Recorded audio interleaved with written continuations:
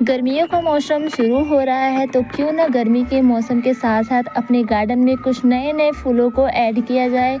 इनमें से देखिए कुछ सीड्स जो ऐसे हैं जिनको मैंने अपने गार्डन से ही कलेक्ट किया है और कुछ सीड्स इसमें से ऐसे हैं जिनको मैंने ऑनलाइन मीशो से मंगा रखा है। तो आधा से ज़्यादा इसमें जो भी सीड्स वगैरह हैं इनको मैंने अपने गार्डन से ही कलेक्ट करके इनको संभाल कर एक एयर टाइट कंटेनर में रख दिया है ताकि इनमें हवा वगैरह ना लगे, नहीं तो इनकी ग्रोथ जो है वो बिल्कुल भी नहीं होगी। तो देखिए ये सारे बीज आज हम ग्रो करने वाले हैं और इनमें जो फ्लावर्स आते हैं वो भी बहुत ही ज़्यादा प्यारे लगते हैं। इनमें भी देखिए कुछ 2 टाइप के फूलों के सीड्स मैंने रखे हैं अपने गार्डन से कलेक्ट करके, छोटे से कप्स में मैंने रख रखे हैं। तो सबसे पहले देखिए इनके लिए कंटेनर्स और मिट्टी को तैयार कर लेते हैं जो कि बहुत ही ज़्यादा ज़रूरी है। तो चलिए इनके लिए बढ़िया से सॉइल मिक्सचर तैयार करते हैं। तो यहाँ पर मैं ले रही हूँ गार्डन सॉइल, जो कि मैं हमेशा अपने गार्डन में यूज़ करती हूँ। मतलब जो भी ये मिट्टी जो है वो हमेशा मैं अपने पौधों के लिए यूज़ करती हूँ। इनमें रेत ऑलरेडी ऐड रहता है, इसके लिए इसमें मैं कोई भी एक्स्ट्रा रेत वगैरह नहीं ऐड करूँगी। इसमें जो भी मिट्टी जो है थोड़ी सी इकट्ठी हो रखी है, इन सबको एक भुरभुरी फॉर्म में लाऊंगी। उसके बाद इनमें थोड़ा सा और खाद वगैरह मैं ऐड करूँगी। अब देखिए मिट्टी को ऐड करने के बाद अब इसमें मैं ऐड कर रही हूँ थोड़ा सा जो है राइस हस्क। इससे जो है हमारा मिट्टी वो लाइट वेट रहता है और एक वेल ड्रेनिंग सॉइल हमारा तैयार हो जाता है। अब इन दोनों चीज़ों को हम अच्छी तरीके से मिक्स करेंगे। खाद मैं यूज़ नहीं करूँगी क्योंकि इस टाइम पे मेरे पास खाद वगैरह नहीं है।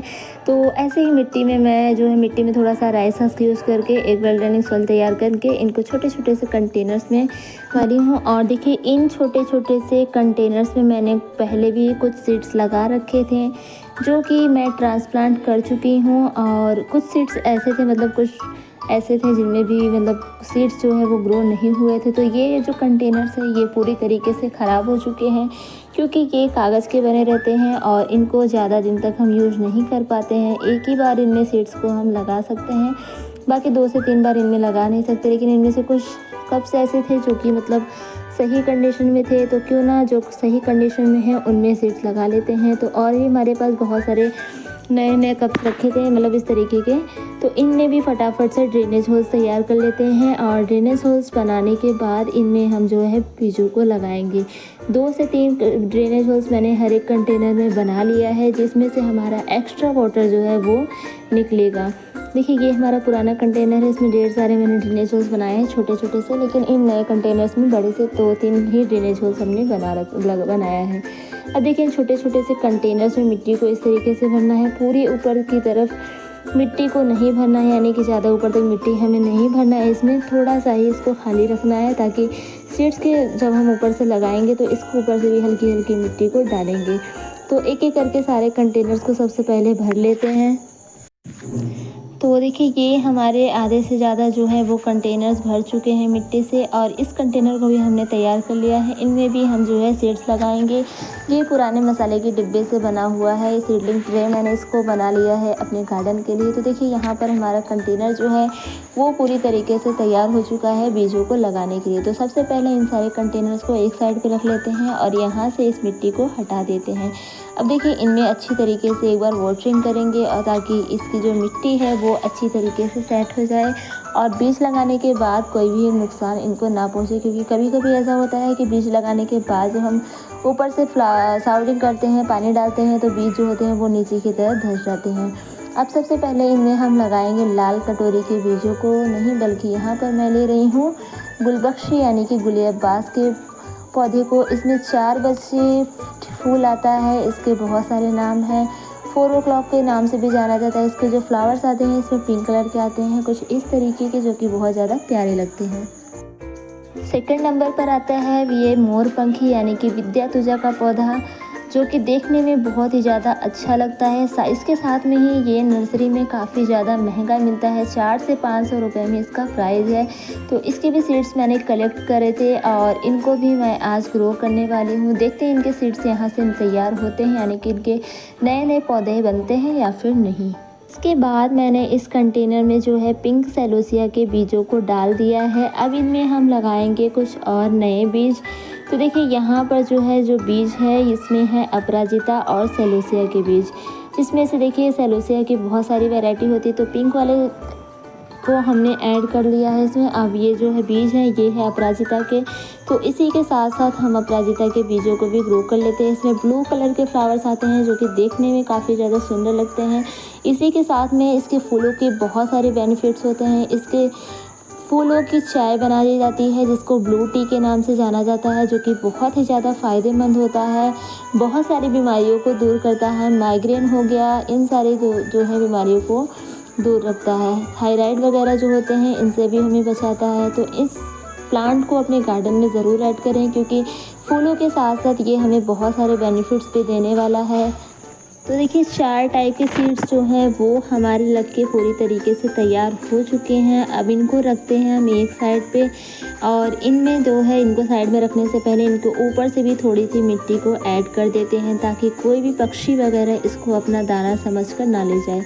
क्योंकि ऑलमोस्ट मेरे गार्डन में बहुत सारे कबूतर आते हैं जो कि मेरे सारे बीजों को खा जाते हैं, इसलिए इनको कवर करना बहुत ही ज़्यादा ज़रूरी है। और इन बीजों को लगाने के बाद देखते हैं ये कबूतरों से बच भी पाता है या फिर नहीं। तो एक एक करके इनको मैंने मिट्टी से कवर कर दिया, और इनको मिट्टी से कवर करने के बाद इस पर मैं हल्का सा पानी जो है और डालूँगी, वो बाद में डालूँगी। सबसे पहले इनको अच्छी तरीके से मिट्टी से कवर कर लेती हूँ।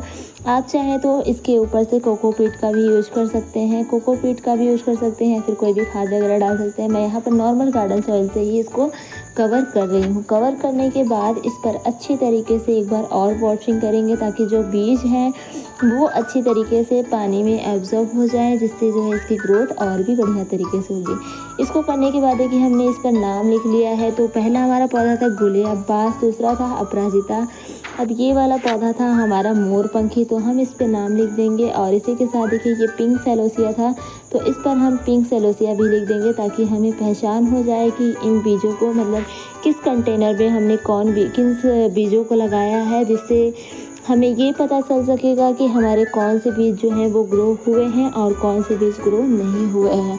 तो एक एक करके देखिए हमने गुलियाबास, अपराजिता, मोरपंखी और पिंक सेलोसिया चारों के नाम अच्छी तरीके से लिख दिए हैं। इसीलिए मैंने इसके ऊपर की कैप्स को भी नहीं हटाया था, क्योंकि इसको नाम लिखने के काम में आ जाएगा। इससे हमें पहचान होगी कि कौन से बीजों को हमने लगा रखा है। अब देखिए जो छोटे छोटे से कप्स हमने यहाँ पर तैयार कर रखे हैं, इनमें भी एक एक करके हम बीजों को लगाते जाएंगे। तो सबसे पहले देखिए मैं कौन सा बीज लगाने वाली हूँ। यहाँ पर मेरे सारे कंटेनर्स रखे हैं, यहाँ पर मैंने 6 कंटेनर्स रखे हैं और 6 बीज अब मेरे पास बचे हुए हैं। तो अब देखिए यहाँ पर मैं कॉक्सकॉर्न के बीजों को लगा रही हूँ, जिसमें इस तरीके के फ्लावर्स आते हैं जो कि देखने में बहुत ही ज़्यादा प्यारे लगते हैं। अब बहुत सारे लोग सोचेंगे ये कॉक्सकॉर्न तो सर्दियों का फूल है, तो इसको हम सर्दियों में भी ग्रो कर सकते हैं प्लस गर्मियों में भी ग्रो कर सकते हैं। अभी से अगर हम इसके बीजों को तैयार करेंगे तब जाके इसके छोटे छोटे से पौधे तैयार होंगे, और पौधों को पिंचिंग करके हम बनाएंगे बहुत ही ज़्यादा बुशी, तब जाके इसमें जून जुलाई से फ्लावर्स आना शुरू होंगे, और ये नवंबर दिसंबर तक ऐसे ही खिले रहेंगे। अब देखिए यहाँ पर कॉक्सकॉर्न की 2-3 वैरायटी मेरे पास है, तो दोनों तीनों वैरायटी को मैं इस तरीके से लगा दूँगी। क्योंकि देखिए जब भी कोई पौधा लगाते हैं छोटा सा रहता है, उसको पिंचिंग कर देते हैं तो उसमें फ्लावर्स देर से आते हैं। इसी तरीके से मैं इनको लगातार 2-4 महीने तक पिंचिंग करके एक सिंगल प्लांट से मैं इनको एकदम पूरा बुके बना दूंगी, यानी पूरा एकदम फूलों का गुलदस्ता इनको बना दूंगी, तैयार कर दूंगी। अब देखिए यहाँ पर मैं लगा रही हूँ लाल कटोरी यानी कि दिया बाती के फूलों को, जिसमें रेड कलर के बहुत ही सुंदर से फ्लावर्स आते हैं। दिया बाती के फूलों को लगाने के बाद मैं यहाँ पर फिर से सेलोसिया का बीज ले रही हूँ। इस सेलोसिया में जो है अलग टाइप के फ्लावर्स आएंगे। 3-4 वैरायटी के सेलोसिया के बीजों को मैं लगा रही हूँ। तो ये जो सेलोसिया का बीज है ये मीशो से मंगाया हुआ है, और देखते हैं इनमें किस तरीके के बीज मतलब फूल आते हैं। नेक्स्ट आता है ये हमारा फ्लॉक्स। इसमें बहुत सारी वैरायटी आपको मिल जाएगी। इसके फ्लावर्स जो होते हैं वो बहुत ही ज़्यादा खूबसूरत होते हैं। इसकी हर एक वैरायटी अलग अलग होती है, बहुत ज़्यादा सुंदर लगता है। तो फ्लॉक्स के बीजों को लगा देते हैं अच्छी तरीके से, और इनको लगाने के बाद इसको अच्छे तरीके से कवर करेंगे। उससे पहले देखिए हमारे पास एक सीड और बचा है, जो कि ये है हमारा हॉली हॉक के सीड्स, जिसमें बहुत ही सुंदर सुंदर से फ्लावर्स आते हैं। इसके भी बहुत सारे कलर ऑप्शन आपको मिल जाएंगे जो कि देखने में बहुत ही ज़्यादा प्यारे लगते हैं। तो ये सीड्स भी मैंने मीशो से ही मंगाया था, तो इसको भी फटाफट से लगा देती हूँ। और ऑलमोस्ट हमारे सारे सीड्स जो हैं वो लग चुके हैं। अब इनमें जो है हम इनके नाम लिख देते हैं ताकि हमें ये पहचान हो सके कि कौन से बीज किस में लगे हुए हैं।